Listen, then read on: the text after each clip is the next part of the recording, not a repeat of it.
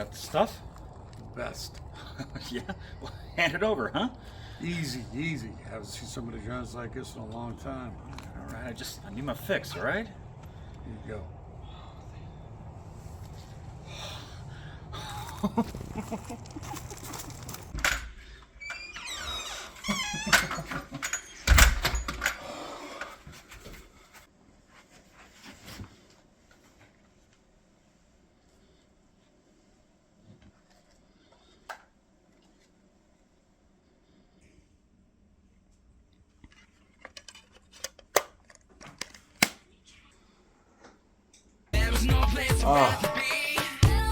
Oh, that's the stuff. Lilo and Stitch, how the hell did this thing happen? Now that sounds like I'm talking smack about what many consider their favorite Disney movie of the 2000s and gave the introduction to one of the most commercialized characters Disney has ever created, but should this really have worked? Having a blue alien creature that is just rude, foul, disgusting, but also massively cute and cuddly at the same time?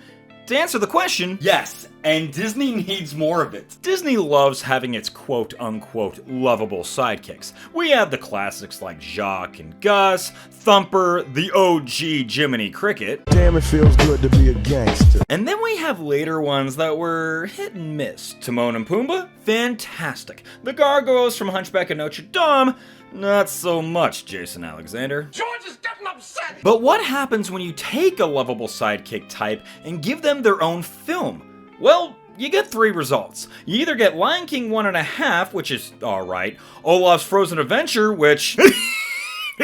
or you get Lilo and Stitch. The sidekicks are just the people that help the hero out in a bit of a pinch. They're mostly there for comedic effect and do occasionally help in the quest, but usually not in the main conflict. The furniture helps stave off the angry mob, but they aren't the ones that battle Gaston. The gargoyles help in the fight for Notre Dame, but not the rooftop chase with Frollo. In Stitch's case, he probably would have been just a crazy alien character that helped the main character Lilo with a problem. But in all actuality, he is everything in the story for Lilo. He's the comedic relief, he's the hero, and frankly, he's also the conflict in the story. Every situation that happens revolves around him, when in any other film, this type of character wouldn't have made that much of an impact. That's why he's so fantastic. I'd say let's think of scenarios where Stitch is in other Disney movies, but the company did that in a series of advertising campaigns where he would just ruin beautiful moments. You know, like an annoying sidekick would do.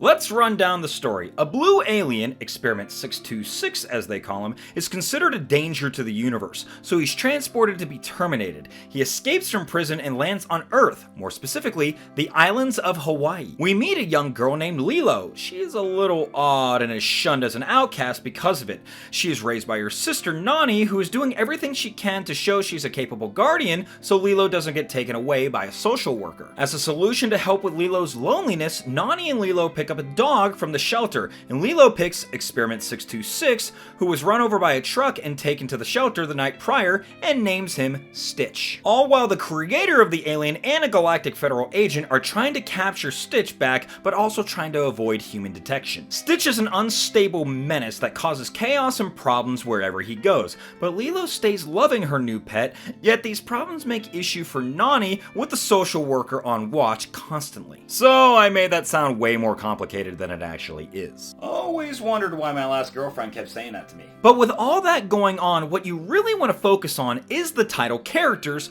of Lilo and Stitch. As stated before, Stitch is the driving force of the story, meaning he's the entire thing, the hero and the main cause of conflict. But he's not my favorite character here. Because that would be Lilo, who is not just my favorite character in this movie, she's one of the best written characters in all of Disney. Why, you may ask? Well, simple.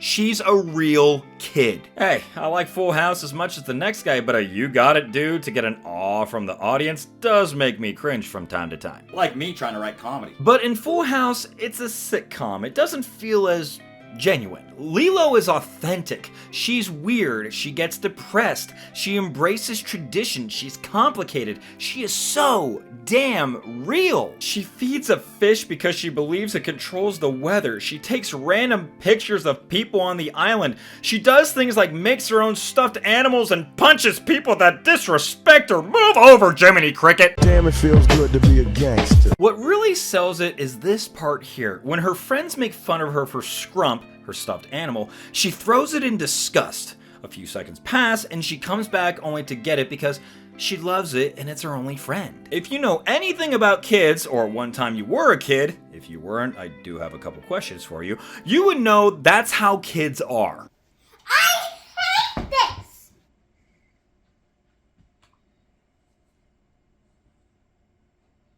She has such a love for her culture between the beauty of Hawaii, the embrace of Ohana, and even Elvis. So, as a kid, she wants to share those things with a new friend, this one being Stitch. But how could an alien that wants to cause nothing but destruction in large cities survive in a place that is surrounded by water and is nothing but chill vibes? Well, that's kind of the point of the story. What's this guy think we are, stupid? I love Lilo because she's the star, the chaotic good to Stitch's chaotic evil. It works so well. Seeing these two wandering around doing anything and everything in Hawaii is a joy, and I told myself I wanted to see them do it forever. And then the TV series showed up and it made me regret ever saying that. No, I'm not much of a fan of the TV show, but this is about the movie here. That's for another time. Now, something we really haven't covered much in this 2000s Disney movie series is the music, and let me tell you, with this music, we're all gonna get laid.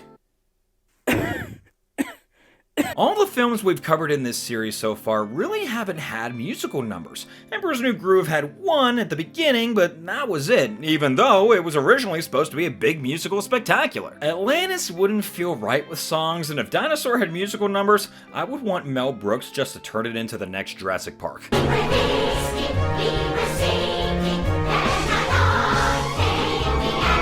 So the music in Lilo and Stitch is two categories. One is the Hawaiian stylized music of Hawaiian Roller Coaster Ride and Hemele no Lilo. My apologies if I butchered that. Both of these songs use traditional instruments and Hawaiian chants, as well as using a local Hawaiian school choir in them. They're both beautiful songs, and yes, I do love Jump 5 redoing one of them on Disney Mania. Granted, Jump 5 also sang the jam of all jams in a different Lilo and Stitch capacity. Oh yeah. The other songs used here are Elvis songs. Elvis having a big influence in Hawaii, with some of his movies and music being based there, it's a perfect fit for Lilo to be such an Elvis fan. I'm sure it introduced lots of younger audiences to the king, besides, you know, Tom Hanks going, What? So at the end of all this, would I recommend it? Of course, it's fantastic. With its beautiful story of family, tradition, loss, domestic struggles, it's probably one of the most real and grounded Disney stories you will find.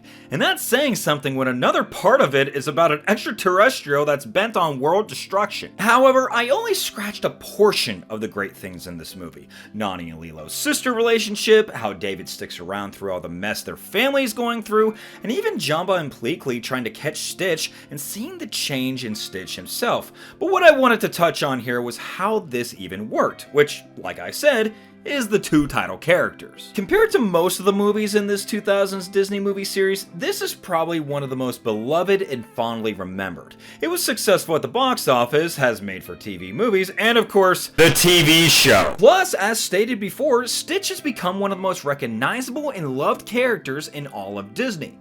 Not bad for a sidekick. I love this movie, and it's one I can always appreciate with its message of family, even with dysfunctionality. An enjoyable movie for all your Ohana. Go ahead and hang 10 with some Elvis tunes while you're at it. Thank you guys so much for watching. Tell me, do you like Lilo and Stitch? Was there something that you wish I would have covered more in this video? Let me know in the comments below. As always, don't forget to like this video, share it with your friends, or enemies, I guess, and subscribe to my channel for more animation reviews, Disney reviews, and anything else I can come up with. I'm absolutely loving this series, and next up on the list we have Summer Magic with Haley Mills and Burl Ives. Nah, I'm just kidding, it's Treasure Planet. Thanks, everybody.